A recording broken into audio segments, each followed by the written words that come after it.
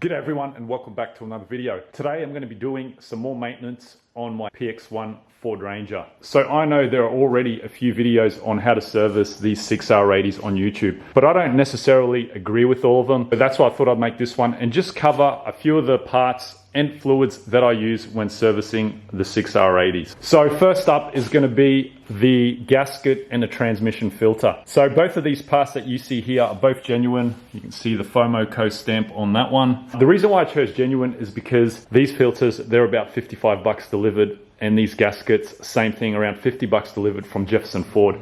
For aftermarket, you're pretty much paying the exact same price. Maybe these gaskets are a little bit cheaper, but the filters, I know for an aftermarket one, you're still paying about 50 bucks anyway. So it's just better to go with the genuine item. Now, these gaskets, you don't have to replace them every time you do a transmission service. You can reuse these ones. So it just depends on what condition your one is when you pull it off. In regards to the fluid, this is the one that I like to use. I think it's about $85. I'll try and throw a screenshot on the screen right now.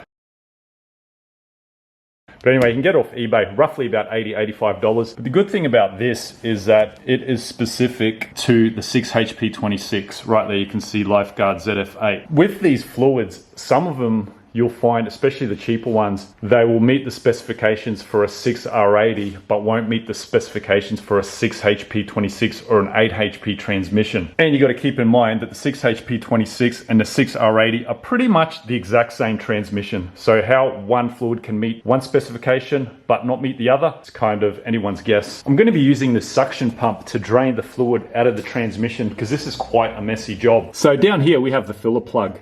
Now it's a 19mm. I've already cracked this one loose, so it should come out pretty easy like that. Essentially, this is the little dipstick that sits in the transmission. This is the cap, that's all part of it. So my suction pump is down that filler hole, and essentially all I'm gonna do now is just start pumping here. So here we sucked out about 3.5 liters out of the pan, but now when we drop the pan, it's gonna be relatively mess-free. I'm just looking up from the passenger side here, and we have two 12mm bolts for the shifter cable, which are these two here, and then all the sump bolts are just gonna be an 8mm.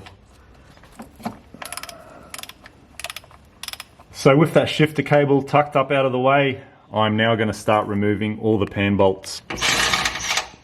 Now I've only got 2 bolts left, but hopefully this shouldn't get too messy because I've already drained the fluid. But we do have a couple of drops coming down already, so we'll see how we go.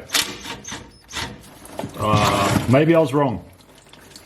Here we have the sump. Surprisingly, this doesn't actually look too bad. I mean, the fluid's dark, but you know, we've got sort of minimum buildup on the magnet, which is a good sign.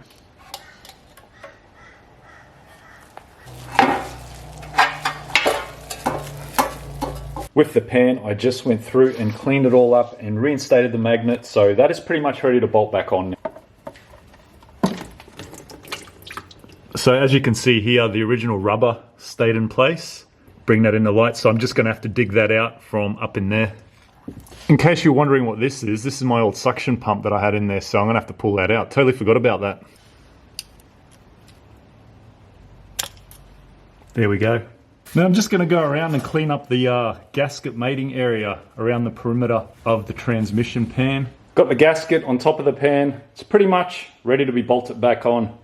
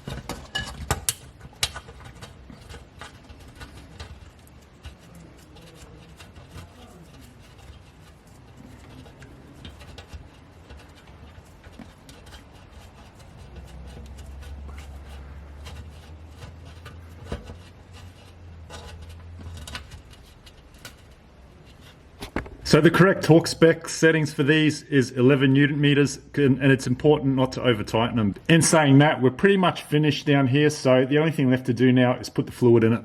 With the old fluid, it's actually probably not as bad as I thought it would be. I thought it'd be a lot darker than what it is, so that's a pretty good sign.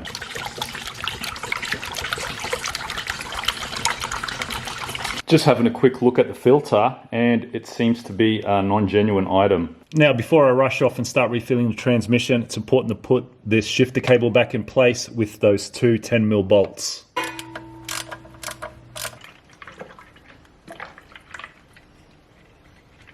Now, when it comes to filling these, I have pumped in 6.5 litres. So this one here is empty. This one has 3.5 litres left in it. And it's pretty hard to overfill these simply because when we get to the correct level, when we have a look at this filler plug here, it'll actually come right up to the top of that filler plug. So anything over will sort of spill out. Obviously, once we start the car up and check the level, that's when we get the final level. But that's what you sort of go off. Now, of course, I'm going to check it properly with the dipstick. And what I'm looking for is I want to be at the top of that A mark, which is when the transmission is cold.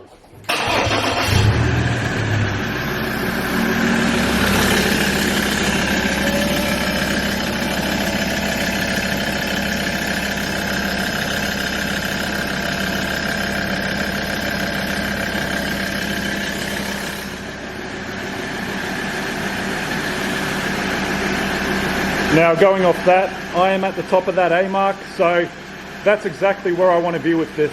Just finished tightening up that 19 bolt, and that is pretty much it. So that is it for the Ranger 6R80 transmission fluid change. I ended up using 6.5 litres, pretty much on the dot. Unfortunately, I still made a bit of a mess on the ground, but you can't really help that with these. It's just the way it goes. So thanks for tuning in, and I'll see you guys on the next video.